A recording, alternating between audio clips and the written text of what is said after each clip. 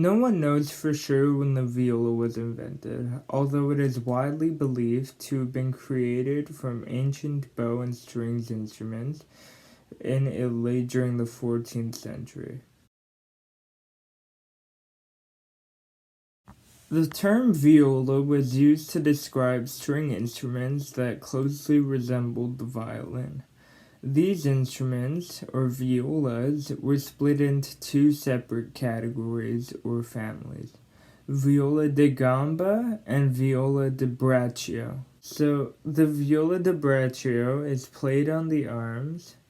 It has 4 ribs, and those ribs are low, whereas the viola da gamba is played on the legs, has 5 to 7 ribs, and those ribs are higher up. During that time, the viola was mainly used in orchestras and in operas. One noteworthy piece was the Sonata pianoforte in 1597, which was composed by Giovanni Gabrieli, because it had a part specifically assigned to the viola. The Concerto Grosso is a Baroque concerto with a small group of solo instruments and a string orchestra, including the viola. A noteworthy composer of this was Vivaldi. At around 1750, the string ensemble changed from a 5-part ensemble to a 4-part ensemble. The tenor viola had been eliminated and replaced by the violoncello, which is now the cello. The violoncello would cover the lower middle register. The first known viola sonatas in England were created by William Flaxton in 1770 because he couldn't find any good published viola sonatas that were out there. He thought it was a pity that such an excellent instrument has been largely ignored. The problem with the viola is that it was so hard to find the perfect balance between ease of play and size.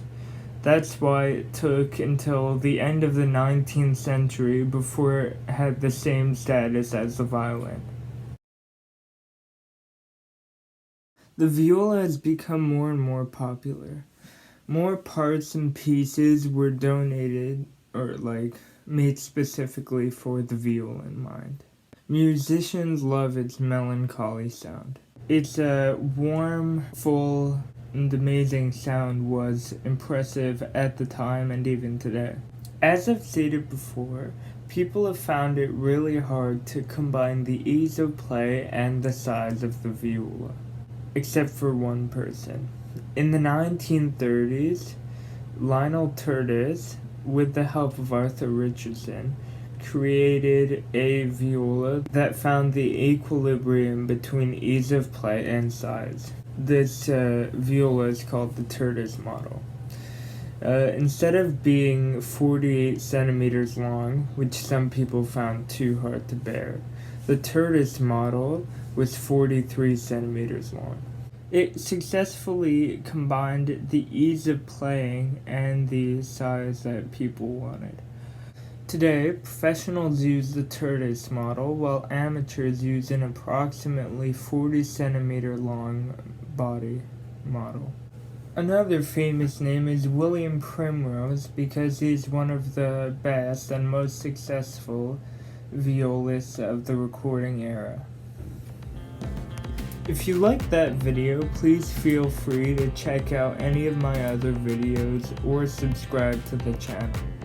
Comment down below for anything.